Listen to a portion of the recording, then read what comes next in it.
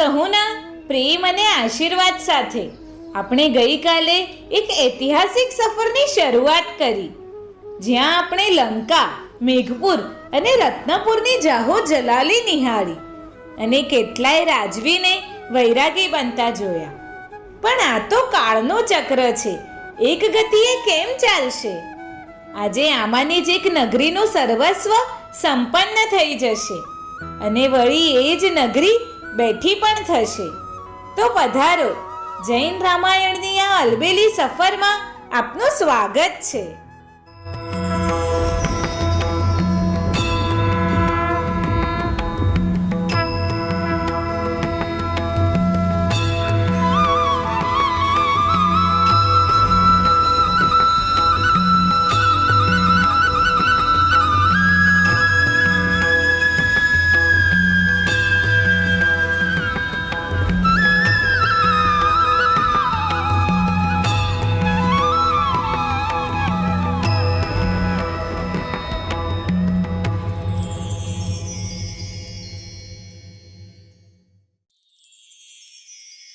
કાળનો અનાદિ કાલીન ઘસમસતો પ્રવાહ વહેતો જ જાય છે અને એ પ્રવાહમાં અનંત તીર્થંકરો વહી ગયા. અનંત ચક્રવર્તીઓ, અનંત વાસુદેવો, બલદેવો, માનવો, દાનવો તણાઈ ગયા. રાક્ષસ દ્વીપ અને વાનર દ્વીપ પર અગણ્ય રાજાઓ થઈ ગયા. શ્રેયાંસનાથ પછી તો વાસુપૂજ્ય, વિમલનાથ, અનંતનાથ, ધર્મનાથ, શાંતિનાથ, કુંથુનાથ, અરનાથ અને મલ્લીનાથ એમ 8 તીર્થંકરો થઈ ગયા અને 20મા તીર્થપતિ મુનિશ્રુવત સ્વામીનો કાળ આવી લાગ્યો. લંકાનો નાથ તડિતકેશ હતો. લંકા અને કિષ્કિંધા એટલે મિત્ર રાજ્યો. કિષ્કિંધાના અધિપતિ ધનોદ ધીરથ વાનરેશ્વર સાથે તડિતકેશને ખૂબ જ પ્રેમ હતો. કિષ્કિંધાના રમણીય ઉદ્યાનોમાં સહેલગાહ કરવાનો તડિતકેશને મનોરથ જાગ્યો અને અંતઃપુરની રાણીઓને લઈ તડિતકેશ વાનર દ્વીપ ઉપર આવી પહોંચ્યો. નંદનવનની હરીફાઈમાં ઉતરેલા એ વાનર દ્વીપના નંદન નામના ઉદ્યાનમાં તડિતકેશ કીડા ઘેલો બની ગયો. તડિતકેશની પ્રાણપ્રિયા ચંદ્રા એક સુંદર વૃક્ષની નીચે બેઠી હતી અને ત્યાં જ વૃક્ષ પરથી એક વાંદરો નીચે ઉતરી આવ્યો. ક્યારેય નહીં અને આજે આ વાનરે મોટો જુલમ કર્યો. નીચે ઉતરીને સીધો જ તેણે ચંદ્રા રાણી પર હુમલો કર્યો. તીક્ષ્ણ નખો વડે રાણીની છાતી પર ઉઝરડા ભરવા માંડ્યા અને ચંદ્રા તો અચાનક આવી પડેલી આ આફતમાં બેબાકળી બની ગઈ. તેની ચીસ પાડી ઉઠી. કુકર્મોને પરાધીન પ્રાણી પર ક્યારે અને કઈ જગ્યાએ આફતો તૂટી પડે તે અજ્ઞાની જીવો કેવી રીતે જાણી શકે?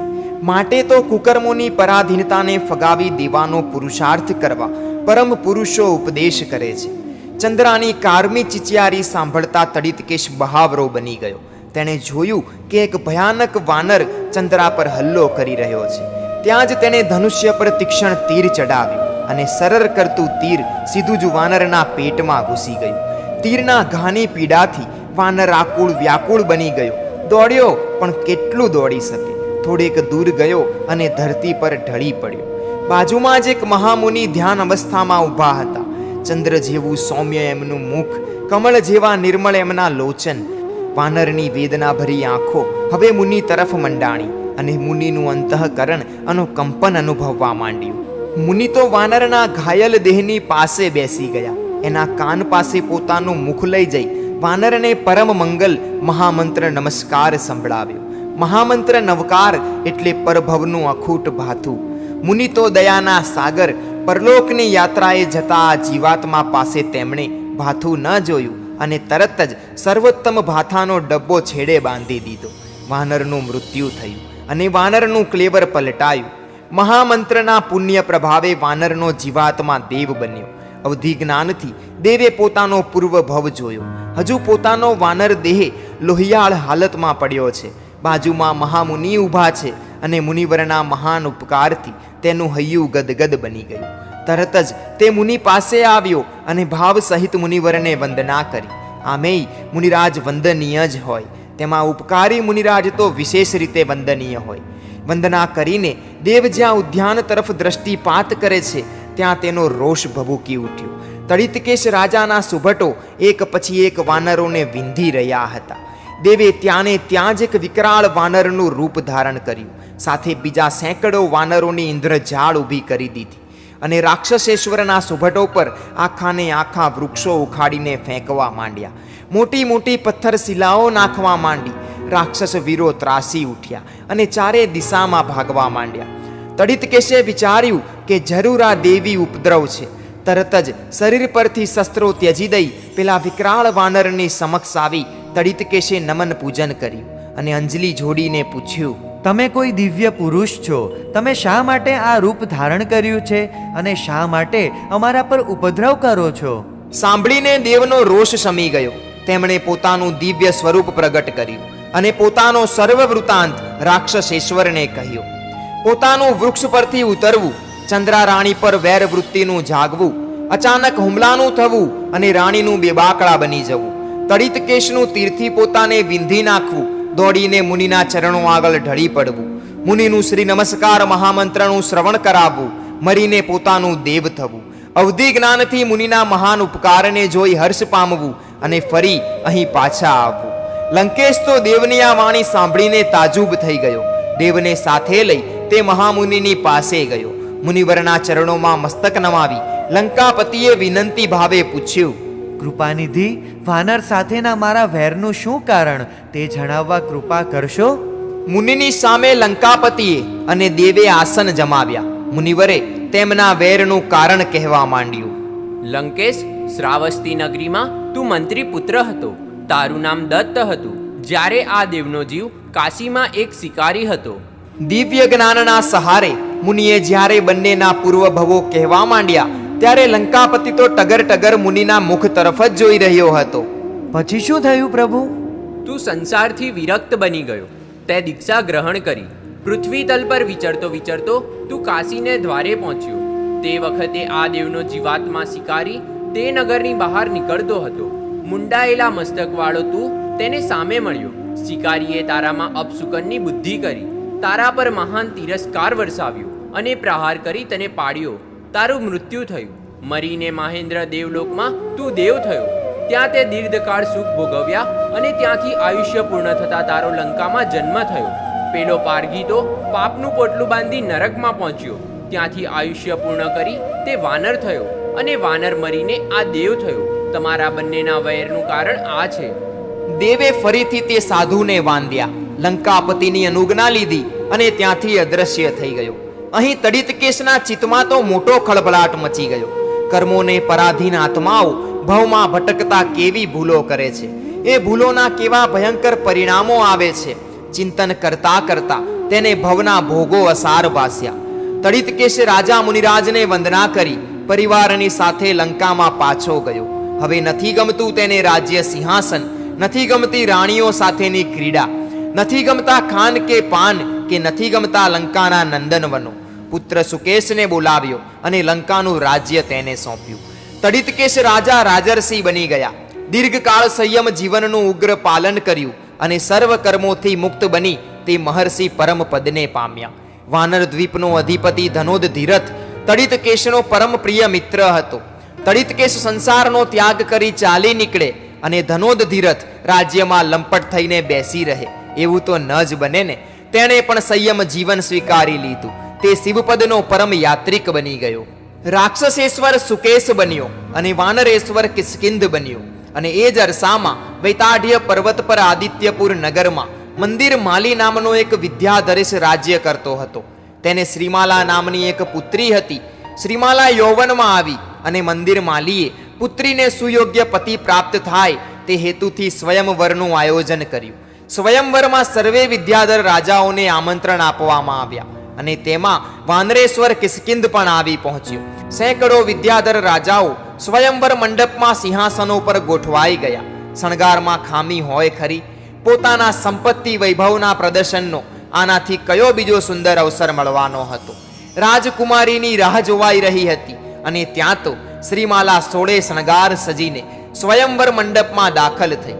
જાણે સ્વર્ગને આંગણે ઉર્વશી રમવા નીકળી.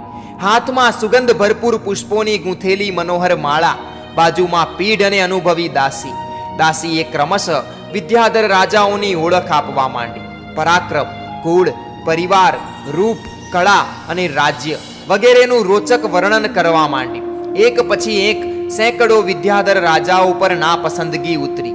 જ્યાં વાનર દ્વીપનો અધિપતિ કિષ્કિંદ બેઠો હતો ત્યાં શ્રીમાલા પહોંચી અને કિષ્કિંદને જોતા જ શ્રીમાલાના અંગે અંગમાં રોમાંચ પ્રગટ્યો. કિષ્કિંદના ગળામાં વરમાળા આરોપાઈ ગઈ. પણ ત્યાં તો રત્નુપુરથી આવેલો વિજયસિંહ રાજકુમાર રોષથી ભભકી ઉઠ્યો. પ્રબળ પરાક્રમથી ગર્વિષ્ઠ બનેલા વિજયસિંહે ત્યાં ત્રાડ પાડી. આ વાંદરાઓને અહીં કોણે બોલાવ્યા? વૈટાધ્ય પરથી પૂર્વે પણ અમને ચોર જેમ કહી હાંકી કાઢવામાં આવ્યા હતા. અધમ દુષ્ટ, પણ હવે તેમને પાછા તો નહીં જ જવા દઉં. પશુની જેમ અહીં આ સ્વયંવરની વેદી પર વધેરી નાખું છું. આમ રાડો પાડતો એ યમરાજના જેવો વિજયસિંહ હાથમાં ભયંકર ખડગ લઈને ઉછળ્યો.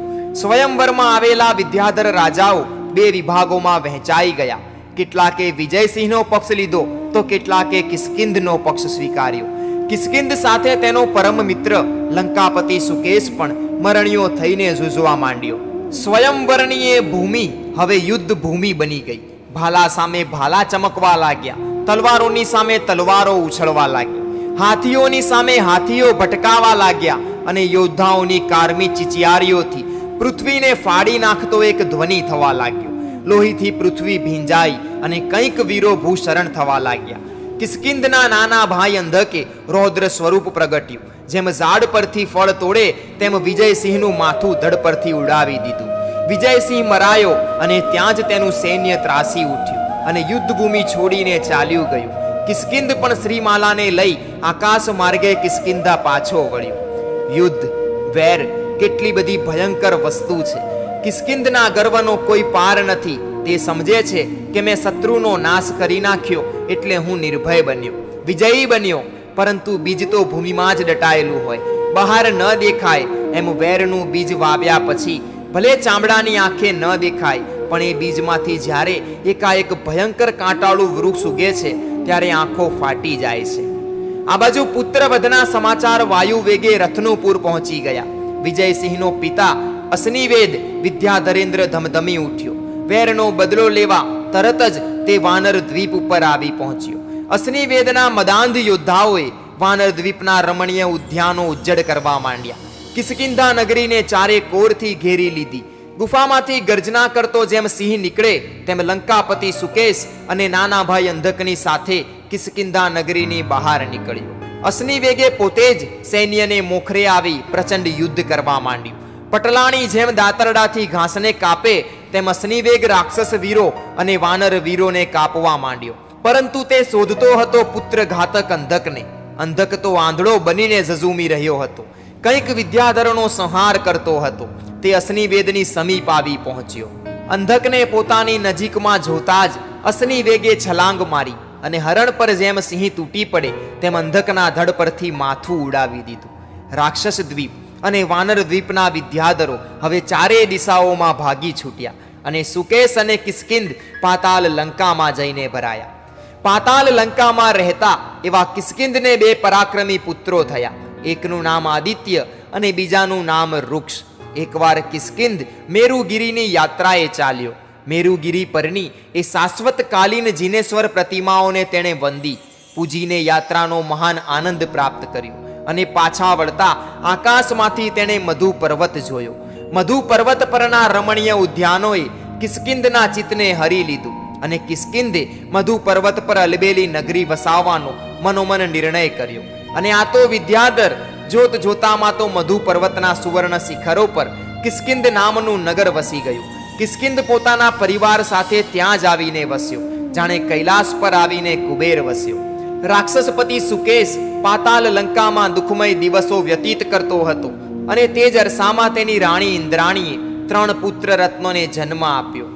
એકનું નામ માલી, બીજાનું નામ સુમાલી અને ત્રીજાનું નામ માલ્યવાન. ત્રણેય ભાઈઓનું ગજબ નાક ભુજા બળ હતું.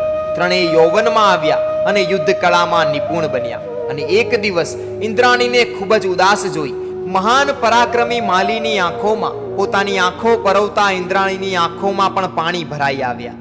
પુત્ર ન જુએ એ રીતે સાડીના પાલવથી તેણે આંખો લૂછી નાખી, પણ ચકોર માલી પરખી ગયો. માં, તું રડે છે? શા માટે? શું તારું કોઈ અપમાન કર્યું છે? શું તારા સામે કોઈ નરાધમે કુદ્રષ્ટિ કરી છે? શું તને કોઈ રોગ પીડી રહ્યો છે? તું કહે, બસ કહેવું જ પડશે.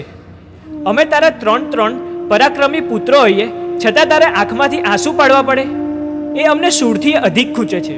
બેટા, આપણું રાજ્ય જ્યારથી વૈતાઢ્ય પર્વત પરના અશ્નિવેગ રાજાએ તારા પિતાને અને તારા પિતાના પરમ મિત્ર કિષ્કિંધી વાનરેશ્વરને હરાવી પડાવી લીધું, લંકાના રાજ્ય પર પોતાના આજ્ઞાંકિત નિર્ઘાત નામના વિદ્યાધરને બેસાડ્યો અને તારા પિતાને અહીં પાતાળ લંકામાં આવીને રહેવું પડ્યું, ત્યારથી જ મારા સુખની સંધ્યા આથમી ગઈ છે. બસ કર્મા, સમજી ગયો. પિતાનું રાજ્ય એ દુષ્ટ નિર્ઘાત વિદ્યાધરનો હું વિનાશ કરીને પાછું લઈને જ જંપીશ. ત્રણેય ભાઈઓ પોતાના પિતાના રાજ્યને પાછું મેળવવા તડપી રહ્યા છે. અગ્નિની જ્વાલાઓની જેમ વેરની આગથી તેમના મુખ લાલચોળ બની ગયા છે.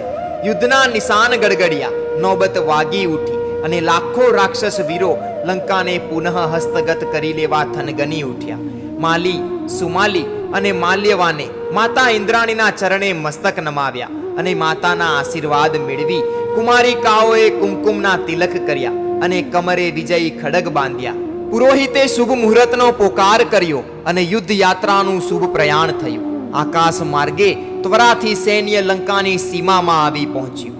ભીષણ અને રણવીર રાક્ષસ વીરોએ લંકાને ચારે કોરથી ઘેરી લીધી. અશ્નિવેગના પીઠબળથી મદાંધ બનેલો નિર્ઘાત ખેચર યુદ્ધ માટે લંકાની બહાર નીકળ્યો અને બહાર આવતા જ માલીની ભયંકર ગર્જનાએ નિર્ઘાતને પડકાર્યો. બંને વીર અને પરાક્રમી, ક્ષણમાં નિર્ઘાતનો વિજય દેખાય તો ક્ષણમાં માલીનો વિજય દેખાય. અને ત્યાં તો માલીની પડખે સુમાલી અને માલ્યવાન આવી ચડ્યા, પણ માલીની ત્યાં જ ગર્જના થઈ. તમે બંને દૂર રહો, એ દુષ્ટને તો હું જ પૂરો કરીશ. એમ કહેતો માલી સિંહની જેમ છલાંગ મારી નિર્ઘાતની નજીક જઈને ઊભો રહ્યો. યમરાજ જેવો માલી તદ્દન નિકટમાં આવતા નિર્ઘાત સ્તબ્ધ બની ગયો અને ત્યાં તો માલીએ તીક્ષ્ણ ઘા કરી નિર્ઘાતના ધડ પરથી માથું અલગ કરી નાખ્યું. નિર્ઘાત રણમાં રોળાયો અને તેનું સૈન્ય નષ્ટ ભ્રષ્ટ થઈ ગયું. માલીએ ભાઈઓની સાથે લંકામાં પ્રવેશ કર્યો અને લંકાના રાજ્ય સિંહાસન પર માલીનો અભિષેક થયો. કિષ્કિંધ પર્વત પર કિષ્કિંધા નગરીમાં આદિત્યનો રાજ્યાભિષેક કરવામાં આવ્યો. પુનઃ લંકા અને કિષ્કિંધાના વારસદારોએ સ્વરાજ્ય હાંસિલ કરી લીધું. અંધકનો વધ કરી અશ્નિવેગનો કોપ શાંત થઈ ગયો હતો. રથનું પૂર પહોંચ્યા પછી અશ્નિવેગના જીવનમાં ઝડપી પરિવર્તન થવા લાગ્યું. રાજ્યની ખટપટોમાંથી તેનું ચિત્ત ઉઠી ગયું. જીવનની અસારતાનું તેને સ્પષ્ટ ભાન થવા લાગ્યું. મોક્ષ માર્ગની ઉપાસના કરી લેવાની ભાવના તેના અંતઃકરણમાં અંકુરિત થઈ. સદભાવનાઓના સતત સિંચનથી સંસાર ત્યાગનો મનોરથ અંકુર પાંગર્યો અને એક મંગલ દિવસે તેણે સંસારનો સાચો સાચ ત્યાગ કરી દીધો. રથનુપુરના રાજ્ય સિંહાસને હવે અશ્નિવેગનો પુત્ર સહસ્ત્રાર બેઠો અને સહસ્ત્રારની રાણી હતી ચિત્રસુંદરી. રમણીય શયન ગૃહમાં ચિત્રસુંદરી સૂતી છે. દીપકો ધીમા ધીમા જલી રહ્યા છે. પશ્ચિમનો વાયુ મંદ મંદ વહી રહ્યો છે અને ચિત્રસુંદરી અર્ધ નિંદ્રામાં પડી છે. અને ત્યાં જ તેણે એક સુંદર સ્વપ્ન જોયું. કદી નહીં અને આજે જ જોયેલું સ્વપ્ન જોઈને ચિત્રસુંદરી હર્ષિત થઈ ગઈ, ઝબકીને બેઠી થઈ ગઈ અને સહસ્ત્રાર રાજાના શયન ગૃહમાં પહોંચી અને રાજાને શુભ સ્વપ્નની વધામણી આપી. સહસ્ત્રારે સ્વપ્ન સાંભળી તેના પર ચિંતન કર્યું અને કહ્યું, દેવી, તમે એક પુત્ર રત્નને પ્રાપ્ત કરશો. આપનું વચન સફળ બનો. ચિત્રસુંદરીએ પોતાના પતિના વચનને વધાવ્યું અને ચિત્રસુંદરીના પેટે એક ઉત્તમ દેવ અવતર્યા. દિન પ્રતિદિન ગર્ભ વૃદ્ધિને પામતો ગયો અને એક દિવસ ચિત્રસુંદરીના મનમાં એક ઈચ્છા પ્રગટી. મનોરથ ખૂબ જ ખરાબ હતો, ઘણા કષ્ટે પૂર્ણ થઈ શકે એવો અને કોઈને કહી ન શકાય તેવો હતો. ચિત્રસુંદરીની કેવ કોમળ કાયા કૃશ બનતી ચાલી. નથી એ સુખેથી ખાતી, નથી એ સુખેથી સૂતી કે નથી એ સુખેથી ફરતી. સહસ્ત્રાર રાજા પણ ચિંતાતુર બની ગયો. અંતઃપુરમાં આવી ચિત્રસુંદરીને તેણે પૂછ્યું, પ્રિય, કેમ સંતાપમાં તું શેકાઈ રહી છે? કોઈ મૂંઝવણ તને પીડી રહી છે? દિલ ખોલીને વાત કર. ના, ખાસ કાંઈ નથી. એવું બને જ નહીં. ચિંતા વિના આમ દેહ સુકાઈ જાય ખરો? વાત સાચી છે, પણ ચિત્રસુંદરીનું મસ્તક નમી ગયું અને પગના અંગૂઠાથી તે ભૂમિ ખોતરવા લાગી. તો કહેતા શા માટે અચકાય છે? વાત કહી શકાય તેવી નથી. મારાથી પણ છુપાવવાની છે? છુપાવવી તો નથી, પણ પણ શું? જીભ ઉપડતી નથી, લજ્જાથી મરી પડું છું. તું નહીં કહે ત્યાં સુધી હું અહીંથી ખસવાનો નથી. તો બહુ સરસ. ખાવા પીવાનું પણ બંધ. આ આપણે તો ભગવાનનું નામ જપતા બેઠા. જ્યાં સુધી ન કહેવું હોય ત્યાં સુધી ન કહેતી. રાજાના અતિ આગ્રહ આગળ ચિત્રસુંદરીનો પરાજય થયો અને ન છૂટકે તેને પોતાનો આંતરિક મનોરથ કહેવો પડ્યો. ઇન્દ્ર સાથે ભોગ ભોગવવાનો મલિન મનોરથ જ્યારથી મને પ્રગટ્યો છે ત્યારથી મારું મન ખૂબ જ વ્યાકુળ રહે છે. કહેતા તો શું કહી દીધું, પણ સહસ્ત્રારના શું પ્રત્યાઘાતો પડશે તેની કલ્પનાથી તે ધ્રુજી ઉઠી. સહસ્ત્રારે ચિત્રસુંદરીની સરળતાનો ગેરલાભ ન ઉઠાવ્યો. અર્થાત ચિત્રસુંદરી પોતાને છોડી ઇન્દ્રને પર પુરુષને ચાહે છે તે જાણી રાણી પર દ્વેષ કે તિરસ્કાર ન કર્યો, પરંતુ તેની તે કામના પૂર્ણ કરવાની યોજના વિચારી. કર્મની કેવી વિચિત્રતા છે! સહસ્ત્રાર પ્રત્યે પૂર્ણ પ્રેમને ધારણ કરનારી ચિત્રસુંદરી ગર્ભાવાસમાં આવેલા એ જીવના પ્રભાવે તે ઇન્દ્ર પ્રત્યે અનુરાગવાળી બની. આંગતુક જીવના કર્મ ચિત્રસુંદરીના મન પર કેવી દુષ્ટ અસરો કરે છે! પેટમાં જીવ આવ્યા પછી માતાને જે મનોરથ થાય છે તે મનોરથ પેલા જીવના ભાવિનું સૂચન કરતા હોય છે. સહસ્ત્રાર તો વિદ્યાધર રાજા હતો.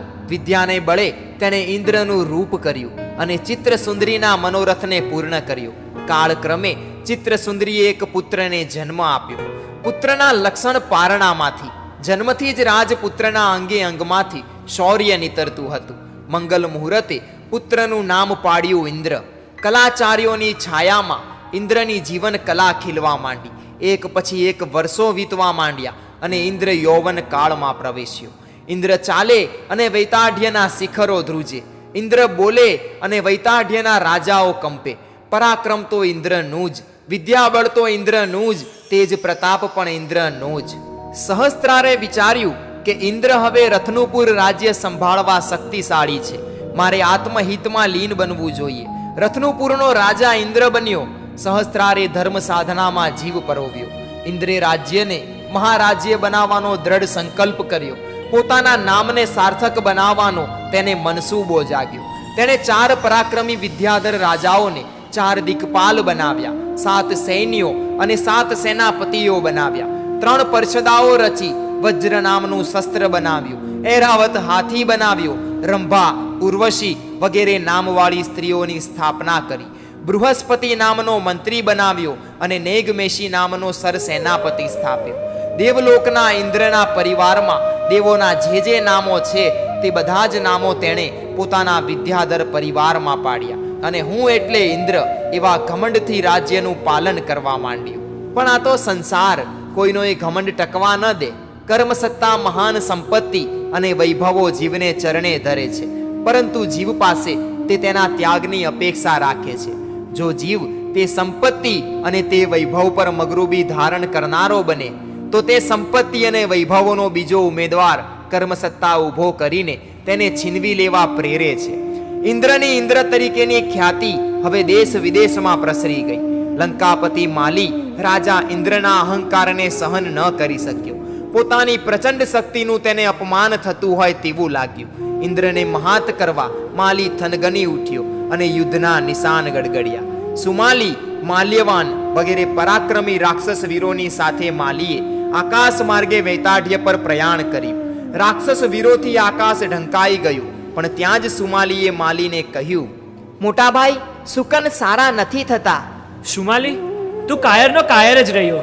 પ્રચંડ ભુજાબળથી ગર્વિષ્ઠ બનેલા માલીએ સુમાલીને હસીને કાઢી નાખ્યો. પણ આ ગધેડો ભૂંડું ભૂંકી રહ્યો છે ભાઈ. ભલે ભૂંકે, પણ તું ભૂંકવાનું બંધ કર. આ શિયાળિયાઓના વિરસ સ્વર માઠા એંધાણ કરે છે. બોલી તો બંધ થઈ જઈશ. માલીની અપ્રમેય શક્તિ પર તને અવિશ્વાસ છે? સુમાલી, બનાવટી ઇન્દ્રને રણમાં ધૂળ ચાટતો કરી આ પાછા વળ્યા સમજ. સુકન બુકનને પરાક્રમી પુરુષો ગણકારતા જ નથી હોતા. રાક્ષસપતિ, શુકન કંઈ અશુભ નથી કરતા, પરંતુ આપણા શુભ અશુભ ભાવિનું સૂચન કરતા હોય છે. મહર્ષિઓએ ચૂપ મર. તારી સલાહની મને જરૂર જ નથી. બિચારો સુમાલી, માલીના દુરાગ્રહ આગળ સુમાલીને ચૂપ થઈ જવું પડ્યું.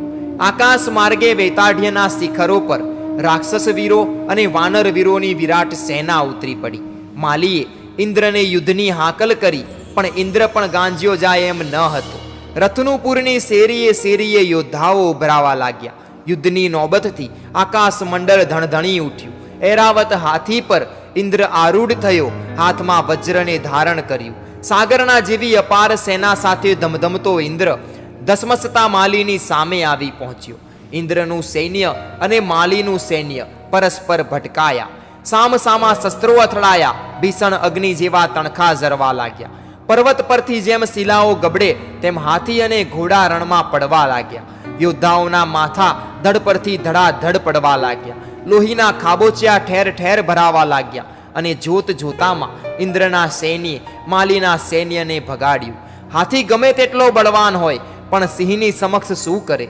માલીએ જ્યાં પોતાનું સૈન્ય ભાગતું જોયું ત્યાં તે રોષથી ભભૂકી ઉઠ્યો. માતેલા સાંઢની જેમ માલી ઇન્દ્રના સૈન્ય પર ધસી ગયો.